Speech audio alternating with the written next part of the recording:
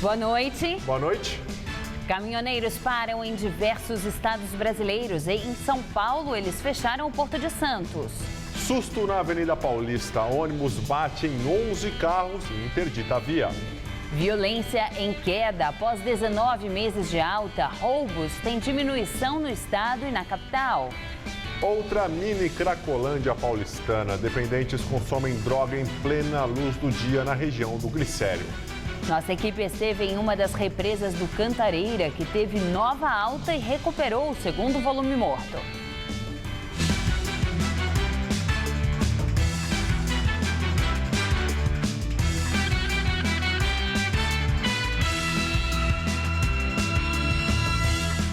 São Paulo registra pela primeira vez queda no número de roubos após 19 meses seguidos com alta nesse tipo de crime. Este e outros dados de violência no início de 2015 foram divulgados hoje pela Secretaria Estadual da Segurança Pública.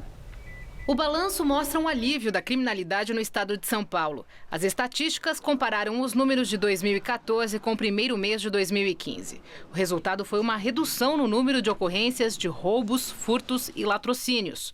O governo comemorou também uma marca histórica no índice de homicídios. Pela primeira vez, o número de assassinatos ficou abaixo dos 2 dígitos, conforme taxa recomendada pelas Nações Unidas. Em janeiro, foram registrados 9,85 homicídios a cada 100 mil habitantes. Já 2014 terminou com o índice em 10,06, o valor mais baixo da história para um ano todo. Outro dado positivo anunciado pelo governo é que após 19 meses seguidos de alta nos roubos, tanto no estado quanto na capital, São Paulo registrou queda nos números em janeiro. O índice subia desde junho de 2013 e agora teve redução de 4% no estado e cerca de 1% na capital. Ainda assim, os números da violência são altos. Foram quase 26 mil roubos no estado, ante 27 mil em janeiro de 2014. Já na capital, foram 228 casos a menos agora. Os dados também apontam queda no número de roubo a veículos, pelo 8º mês seguido. 19% a menos no estado e na capital, mais de 20% de redução. Nós tivemos um aumento único de índices, 1,34 no roubo à carga. Nós vamos entrar em contato com a Polícia Rodoviária Federal para atuarmos em conjunto para diminuir, porque já mapeamos os locais onde isso ocorre mais. Polícia identifica 3 suspeitos de integrar uma quadrilha que invadiu o setor de cargas da TAM no aeroporto de Congonhas. O bando levou um carregamento de celulares e tablets. O roubo aconteceu na madrugada de ontem. Parte da carga, que seria distribuída para várias regiões do país, foi localizada numa favela da zona sul da cidade. Ainda estava amanhecendo quando os bandidos chegaram com um caminhão-baú que entra de ré no pátio do setor de cargas. Seguranças e funcionários rendidos são confinados na guarita. 12 minutos depois, o caminhão sai acelerando, ainda com a porta do baú aberta. Um vigilante teria avisado a polícia, o que fez com que os bandidos saíssem às pressas, possivelmente sem roubar tudo o que queriam.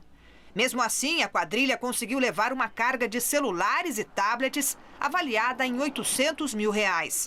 Ontem à noite, a polícia recuperou, numa favela da Zona Sul, parte do que foi roubado e apreendeu um carro usado na fuga que pertence a um dos ladrões. Para a polícia, 13 homens participaram da ação. 3 já foram identificados. São foragidos da justiça, condenados por roubo de carga e sequestro.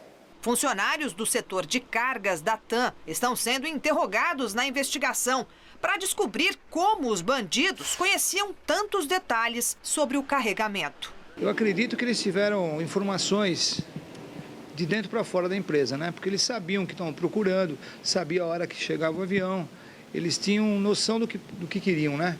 E os passos deles também foram assim certeiros onde eles queriam pegar a mercadoria. Provavelmente funcionários ou terceirizados da empresa que trabalha muita gente que sabia dessa informação, dessa carga, né? O drama do uso do crack se espalha pelo centro de São Paulo. Na região do Glicério, moradores estão preocupados com o surgimento de mais uma mini Cracolândia. Os usuários consomem a droga a qualquer hora do dia. Meio-dia e o movimento de usuários não para. A maioria consome as pedras de crack na calçada mesmo. As cenas foram registradas na Rua São Paulo, região do Glicério, na Liberdade. Este pedaço está sendo chamado de Mini Cracolândia. A rua fica colada à Radial Leste e a poucas quadras da Praça da Liberdade. Entre os usuários, chama a atenção a presença de mulheres, uma delas grávida. Quem mora ali parece estar acostumado.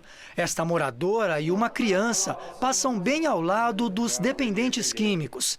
Este homem, que prefere não mostrar o rosto, mora bem em frente ao local onde as imagens foram feitas. Ele confirma que o clima de insegurança por ali é constante. Chegam a ponto de se agredirem com um pedaço de pau ou facas. Já teve gente que foi baleado. Estes dois homens fumam vários cachimbos, um atrás do outro. Aparentemente, um deles é menor de idade. O jovem manuseia as pedras e entrega ao outro. O rapaz de boné conta um bolo de dinheiro, supostamente obtido com a venda da droga, já que ele também repassa as pedras. Já foram feitas várias reuniões com a polícia e também com a prefeitura, mas de acordo com os vizinhos, apesar do diálogo, ainda não foi feita nenhuma ação naquele quarteirão para tentar acabar com o problema. Conceição tem uma banca de jornal na Rua da Glória, a 2 quadras da Mini Cracolândia e bem na frente do 1º distrito policial da capital. Ela diz que a retirada dos dependentes nunca passou de tentativas. Eles lavam a rua, tira as barracas, né? Eles nem chegam a sair, eles só mudam de um canto para o outro. Eles só saem para o pessoal lavar. A hora que o pessoal termina de lavar, eles voltam. À noite, segundo os moradores, a insegurança aumenta. O roubo de celulares é constante. Quem tiver um celular na mão não passa no bairro da Liberdade, porque se passar, fica sem. Bruna procurava um táxi que a levasse a um posto de saúde, mas como o trajeto passaria exatamente pelos usuários, nenhum motorista quis se arriscar. Eu ofereci R$50 para um cara que falou que ia custar menos de 10, ele disse que não ia descer. Um acidente envolvendo um ônibus e 11 carros interditou a Avenida Paulista por 5 horas. O motorista do coletivo atribuiu o acidente a uma falha no freio. Ninguém ficou ferido. A via só foi liberada no início da noite. O acidente aconteceu no horário do almoço, por volta de meio-dia, na altura da rua Doc Lobo. O motorista do ônibus, que seguia para a Vila Mariana, disse para a polícia que percebeu o problema nos freios do veículo na saída do túnel que liga a Dr. Arnaldo à Avenida Paulista. Ele afirmou que tentou desviar dos carros pela faixa da esquerda e que o coletivo acabou subindo no canteiro central. 11 carros foram atingidos, segundo a Polícia Militar. Mas a CET contabilizou 6 veículos. O trânsito estava parado e a gente foi surpreendido pelas batidas, um engavetamento no primeiro momento. E no segundo momento eu vi o ônibus passando muito rápido do meu lado, até porque ele bateu na minha lateral. Testemunhas se assustaram com o forte barulho. Achava que era um tiroteio. Começou dentro do túnel, né? Aí começou aquele barulho, quando a gente olhou, o ônibus estava desgovernado e batendo e jogando os carros. Um para cima do outro. O pessoal ficou apavorado, né? Porque vê um negócio desse daqui com medo de o ônibus vir em cima, né? Mas graças a Deus ele conseguiu tirar o carro para lá. Aqui dentro foi em paz, graças a Deus. Ele conseguiu evitar uma coisa pior aí, porque ele controlou o carro aí, ele jogou em cima do canteiro, né? E aí foi quando ele parou o carro, levantando a tração, igual tá ali, né? Ele levantou o eixo aí sim o carro parou. Senão seria pior, ele atravessava aí Augusta, aí seria pior, né? Ele podia estar em excesso de velocidade? Não, ele estava uns 20, no máximo 30. E ele veio buzinando, tentando avisar de todo jeito aí, né? Os carros foram sendo removidos, mas houve dificuldades para mover o ônibus, que só foi retirado do local no final da tarde. A via foi desbloqueada em seguida. Protestos de caminhoneiros bloqueiam estradas em pelo menos 9 estados do país. Agora à noite, os trechos interditados no Mato Grosso do Sul foram liberados. E o ministro da Secretaria-Geral da Presidência da República, Miguel Rossetto, anunciou há pouco que amanhã à tarde haverá uma reunião entre caminhoneiros e empresários em Brasília para discutir as reivindicações. Aqui em São Paulo, os manifestantes fecharam a rodovia Anchieta no sentido litoral e bloquearam o acesso ao Porto de Santos, o mais importante do país. Veículos de passeio trafegam pelo acostamento. As manifestações dos caminhoneiros começaram no Paraná na sexta-feira e se espalharam pelo país. Ontem, 7 estados registravam interdições. Hoje, o número chegou a 10, com bloqueios em São Paulo, Bahia, Ceará, Mato Grosso do Sul, Minas Gerais, Paraná, Piauí, Santa Catarina e Rio Grande do Sul. As manifestações são motivadas pelos aumentos dos preços do diesel, dos pedágios e do IPVA. A categoria também reivindica a valorização dos fretes e protesta contra o governo federal e a corrupção. No Paraná e em Santa Catarina, as estradas bloqueadas prejudicam a produção e distribuição de alimentos. Em algumas cidades, faltam ingredientes para preparar rações de animais. A coleta de leite e o abate de algumas espécies foram interrompidos. O abastecimento de combustíveis também foi afetado. Nas rodovias catarinenses, a tropa de choque da Polícia Rodoviária Federal entrou em ação no final desta tarde para liberar o tráfego. Em Minas Gerais e no Rio Grande do Sul, os governos conseguiram a liberação de trechos bloqueados por determinação da Justiça Federal. Ministério Público de São Paulo cria plano para melhorar a administração da Santa Casa de São Paulo, que passa por uma grave crise financeira. O projeto será avaliado em uma reunião amanhã. Dívidas de 800 milhões de reais, redução no atendimento, demissões, atraso de pagamentos. A maior crise financeira da história da Santa Casa de São Paulo fez o Ministério Público sugerir a criação de um comitê que, se aprovado, vai ajudar a instituição na gestão dos recursos públicos. A Santa Casa tem 2 hospitais privados que teriam que dar lucro e esse lucro revertido para a Santa Casa.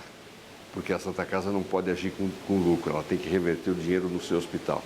Pois esses 2 hospitais, Santa Isabel 1 e 2, que são privados, atendem privados, planos de saúde, eles dão prejuízo. São os 2 únicos hospitais no Brasil privados que dão prejuízo. Por quê? Então tem que verificar o que acontece com essa gestão.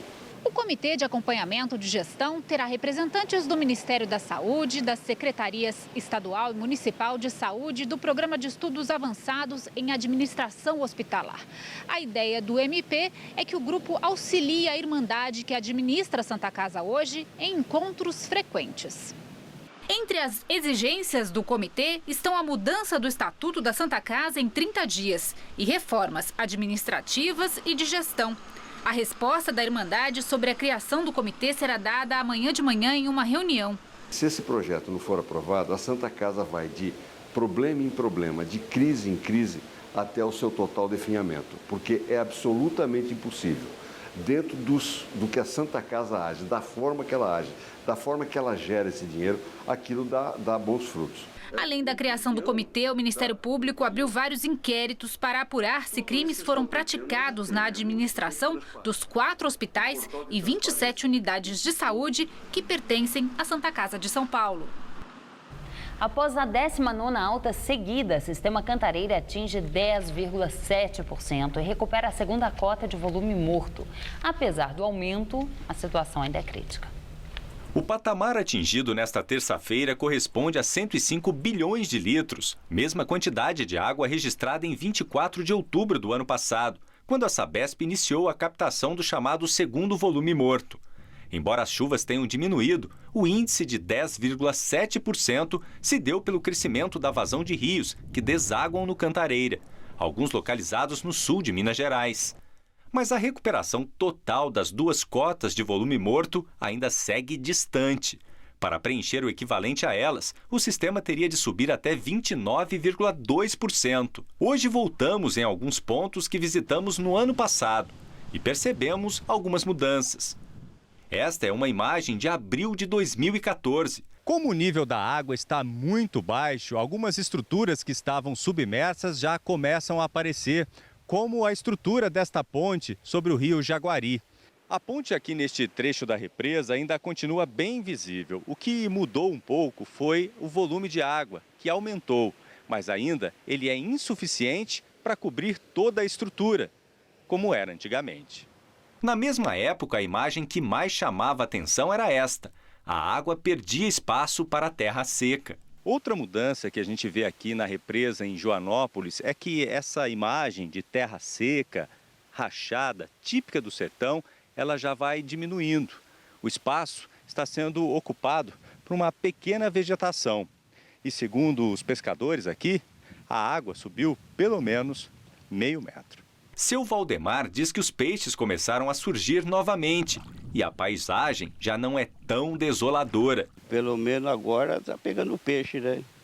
Antes não pegava nada, agora apareceu alguns aí. Estivemos também no local onde o volume morto está sendo captado, entre Joanópolis e Piracaia. Aqui não é possível ainda ver mudanças significativas. Reencontramos seu Pedro, que confirma que o cenário continua o mesmo, apesar da chuva intensa. Agora, a semana do carnaval, choveu bem mesmo, que até o poço que eu tomo a água dele, a água subiu. Uma nascente que eu tinha aí voltou a jorrar água. Agora, para a represa, eu sempre vou lá dar umas voltas e tal, eu não senti mudança ainda. Situação que serve de alerta, já que o racionamento em São Paulo ainda não está descartado. E hoje foi mais um dia de calor e temporais. Toda a capital paulista chegou a ficar em estado de atenção para alagamentos e enchentes. Mas agora à noite já não há mais chances de chuva. Mariana Armentano tem os detalhes da previsão. A quarta-feira será bem parecida com o dia de hoje, com muito calor e pancadas de chuva. A presença de uma grande massa de ar quente deixa o tempo aberto com sol forte e calor em todas as regiões paulistas. Mas já entre o meio da tarde e o começo da noite ocorrem pancadas isoladas de chuva que podem ser fortes. Os termômetros chegam a marcar 34 graus em Presidente Bernardes e em Votuporanga. Já na cidade de Franca, a máxima vai aos 28 graus e nas cidades do litoral, calorão amanhã de 34 graus. Aqui na Grande São Paulo, há chuvas fortes associadas ao calor previstas para todos os dias da semana. Nessa madrugada aqui na capital, mínima de 21 e amanhã à tarde a máxima deve chegar aos 32 graus. Na quinta-feira ainda há previsão de chuva e máxima de 30 graus. E na sexta, temperaturas entre 20 e 31 graus. Mensalão petista João Paulo Cunha assina termo que o libera para cumprir o restante da pena em casa. A assinatura aconteceu hoje na Vara de Execuções Penais em Brasília. Na semana passada, o STF autorizou o ex-deputado a cumprir prisão domiciliar. João Paulo Cunha foi condenado a 6 anos e 4 meses de prisão pelos crimes de corrupção passiva e peculato. Desde fevereiro do ano passado, ele já cumpria a pena em regime semiaberto, trabalhando de dia e dormindo na cadeia. Dos políticos presos no mensalão petista, ele era o único que ainda não tinha passado para o regime domiciliar. Vice-presidente da República, Michel Temer, do PMDB, reúne ministros e líderes do partido para discutir as novas medidas econômicas com o ministro da Fazenda, Joaquim Levy. Temer afirmou que esse é o primeiro passo para a aprovação das propostas que alteram benefícios trabalhistas e que se enquadram no ajuste fiscal do governo.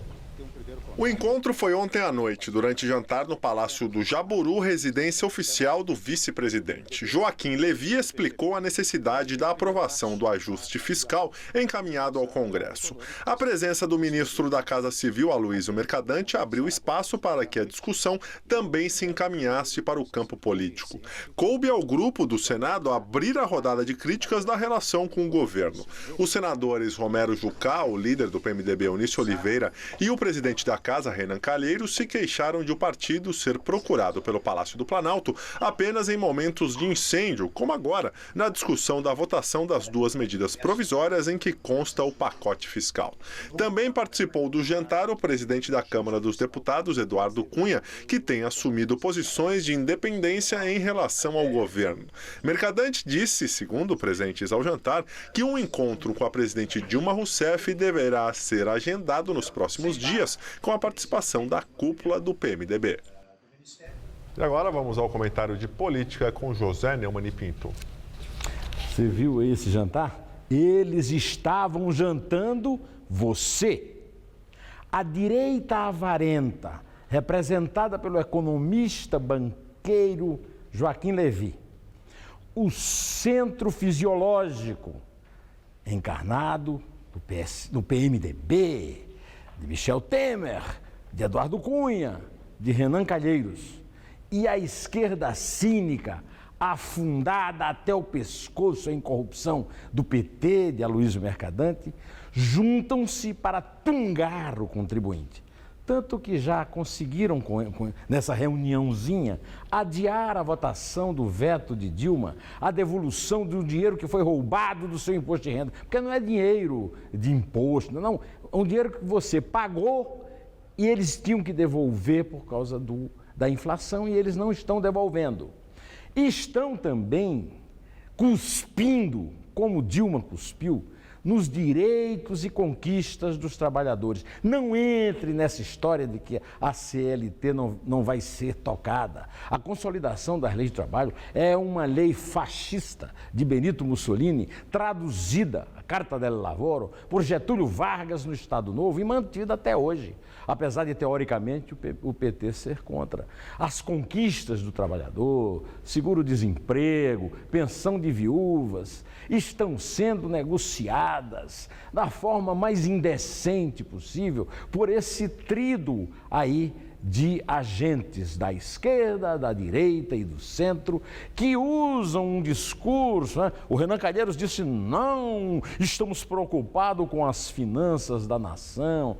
Não caia nessa, eles estão metendo a mão no seu bolso e estão roubando você e estão jogando no lixo as conquistas do trabalhador.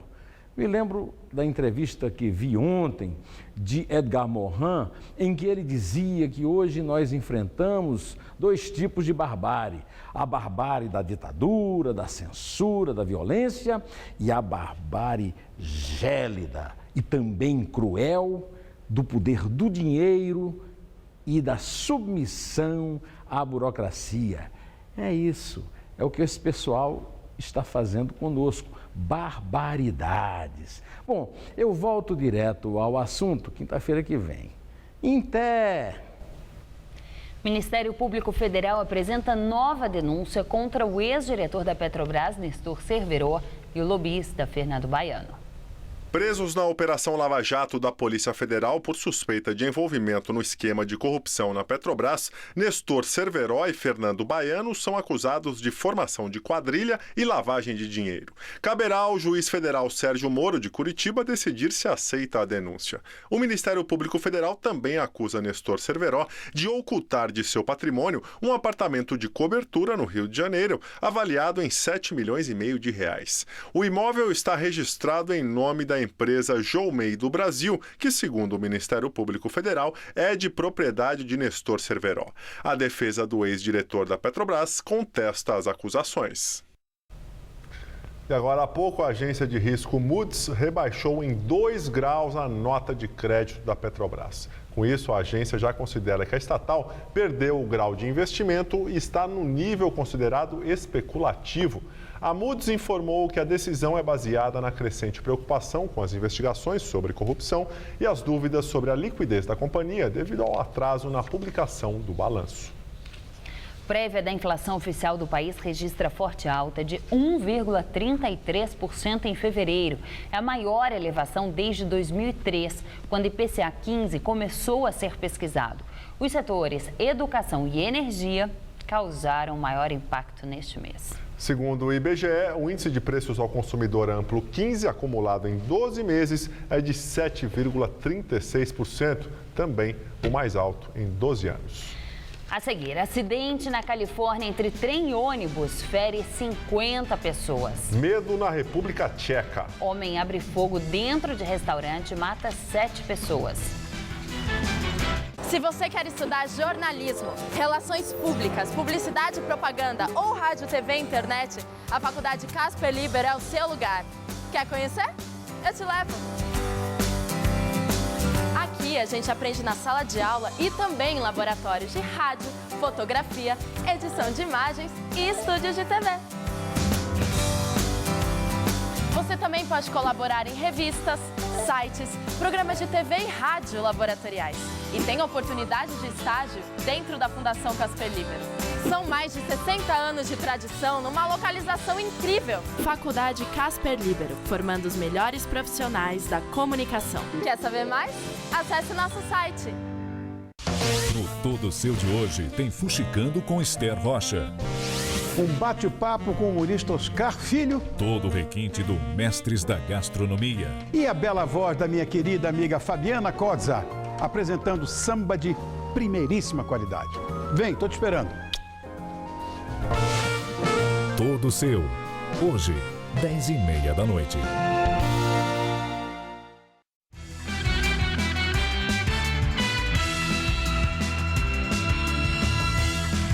Homem de 60 anos abre fogo dentro de um restaurante na República Tcheca. Ele disparou mais de 25 vezes, matou 7 pessoas e cometeu suicídio.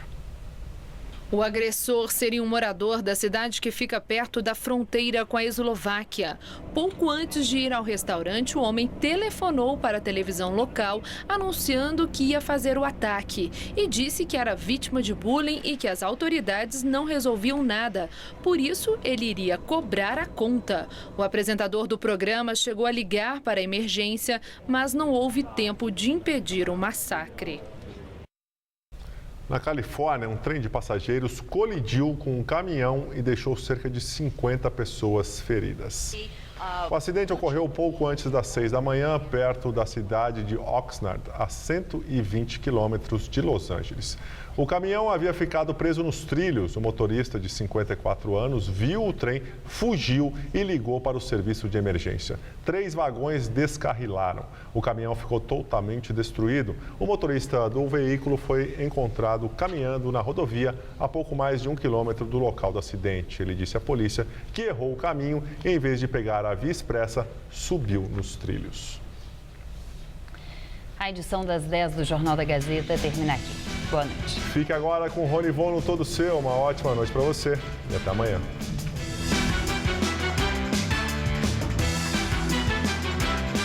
Logo mais 11h30 da noite, conheça os artistas que vivem das suas obras no último episódio de Arte na Rua. Assista agora, Todo Seu.